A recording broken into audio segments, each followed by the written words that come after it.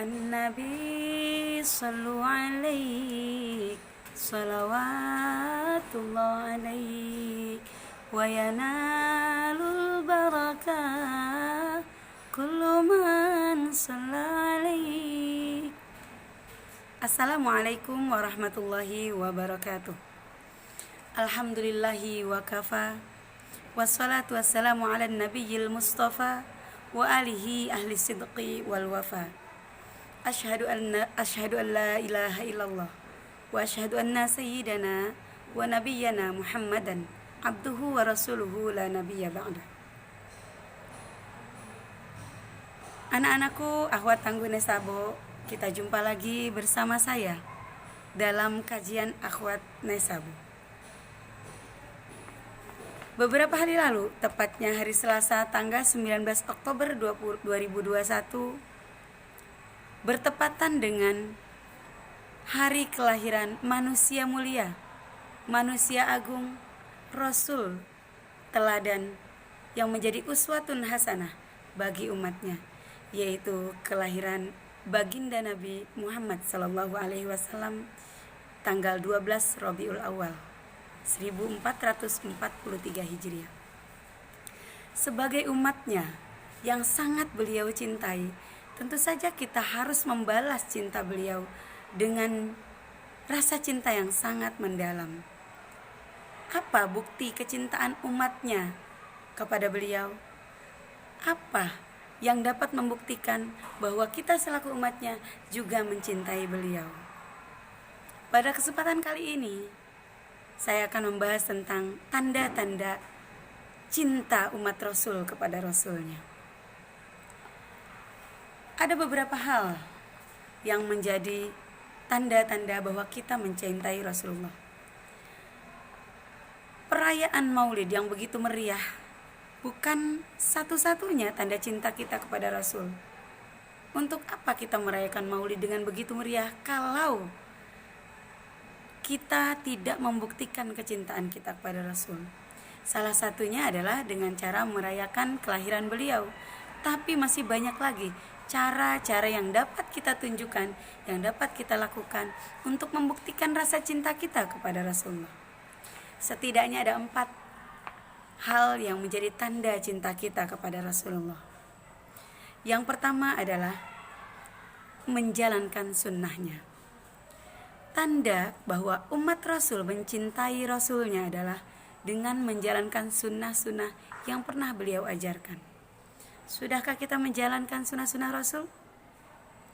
Contohnya, bagaimana cara makan kita, bagaimana cara tidur kita, bagaimana cara berjalan kita, bagaimana cara berbicara kita, bagaimana akhlak kita. Apakah kita sudah mencontoh apa yang sudah diajarkan oleh Rasul? Banyak sekali pribadi-pribadi Rasul yang belum sempat kita contoh, yang belum dapat kita contoh. Mari mulai sekarang kita contoh perilaku Rasulullah, sunnah-sunnah yang beliau ajarkan. Melaksanakan sholat duha, puasa Senin Kamis, sholat tahajud, gemar bersedekah. Sudahkah kita lakukan? Jika belum, mari mulai sekarang sedikit demi sedikit biasakan diri kita untuk mencontoh sunnah-sunnah yang telah beliau contohkan kepada kita. Barangkali dari amalan-amalan yang kita lakukan dengan niat mencontoh ibadah-ibadah atau sunnah yang sudah Rasul lakukan akan membawa kita, menghantarkan kita bertemu dengan Rasulullah di hari akhir nanti dan menghantarkan kita menuju surganya Allah Subhanahu wa taala. Amin ya rabbal alamin. Yang kedua, tanda cinta kepada Rasul adalah dengan menaati perintahnya dan menjauhi segala larangannya. Dalam sebuah ayat dikatakan, A'udzubillahi minasyaitonirrajim, Bismillahirrahmanirrahim. Wa ma atakumur rasulu fakhuduhu wa ma nahakum anhu fantahu. Allah sendiri yang mengatakan dalam Al-Quran, apapun yang Rasul perintahkan, kerjakanlah. Dan apapun yang Rasul larang, jauhilah. Ini berarti bahwa bukan hanya perintah dan larangan Allah saja yang perlu kita patuhi, namun juga apa yang menjadi perintah dan larangan Rasulullah perlu kita perhatikan untuk kita taati. Perintahnya kita jalankan dan larangannya kita tinggalkan. Salah satu perintah Rasulullah adalah mentaati kedua orang tua, berkata yang lemah lembut, menghindari dosa, dan banyak sekali yang Rasul perintahkan kepada umatnya. Mari mulai sekarang kita sedikit demi sedikit introspeksi kepada diri sendiri. Apakah sudah menjalankan apa saja yang diperintahkan oleh Rasulullah dan sudah menjauhi apa saja yang Rasul larang atau Rasul perintahkan untuk dijauhi. Yang ketiga, tanda cinta seorang umat kepada Rasulnya adalah meneladani akhlaknya. Aisyah radhiyallahu anha pernah ditanya oleh seorang sahabat, bagaimana akhlak Rasulullah? Beliau menjawab, akhlak Rasulullah adalah Al-Quran. Apa artinya?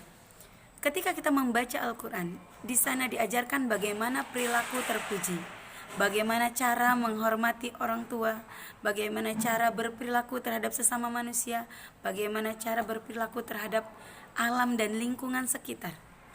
Itu diajarkan oleh Al-Quran. Begitu pula lah yang diajarkan oleh Rasulullah. Kalau kita ingin mencontoh akhlak Rasul, contohlah akhlak-akhlak yang diajarkan oleh Al-Quran. Itulah akhlak Rasulullah. Bagaimana cara Rasulullah tidur, bagaimana cara Rasulullah makan, bagaimana cara Rasulullah berbicara, bagaimana cara Rasulullah berjalan, dan seluruh aktivitasnya sehari-hari. Itulah akhlak Rasulullah yang beliau sudah contohkan kepada umatnya. Banyak sekali sirah atau sejarah yang menjelaskan tentang indahnya akhlak Rasulullah. Disitulah bagaimana kita selaku umatnya dituntut untuk meneladani apa yang telah beliau contohkan melalui akhlak mulia. Karena beliau sendiri mengatakan, innama bu'itsu liutammima makarimal akhlak. Sesungguhnya aku diutus ke dunia ini hanya untuk menyempurnakan akhlak. Sebagaimana kita tahu bahwa Rasul diutus dalam keadaan umat masyarakat saat itu kondisinya jahiliyah, karena mereka sangat rusak akhlaknya. Demikian sulitnya Rasulullah membangun peradaban manusia pada saat itu, memperbaiki akhlak manusia, dan sehingga mencapai keberhasilan dan kesuksesan yang luar biasa. Untuk itu, sebagai umat yang mencintai beliau, mari kita sama-sama junjung tinggi akhlakul karimah yang telah Rasulullah contohkan dengan cara meneladani apa yang sudah menjadi akhlak beliau. Lalu yang terakhir, yang keempat, tanda-tanda cinta umatnya kepada Rasul adalah memperbanyak sholawat. Mengapa kita harus memperbanyak sholawat? Sholawat adalah doa. Sholawat yang kita lantunkan, yang kita kirimkan kepada Rasulullah Shallallahu Alaihi Wasallam akan kembali pada diri kita sendiri. Kenapa demikian? Rasulullah Shallallahu Alaihi Wasallam bersabda, barang siapa yang bersolawat kepadaku sekali, maka Allah akan menuliskan baginya 10 kebaikan.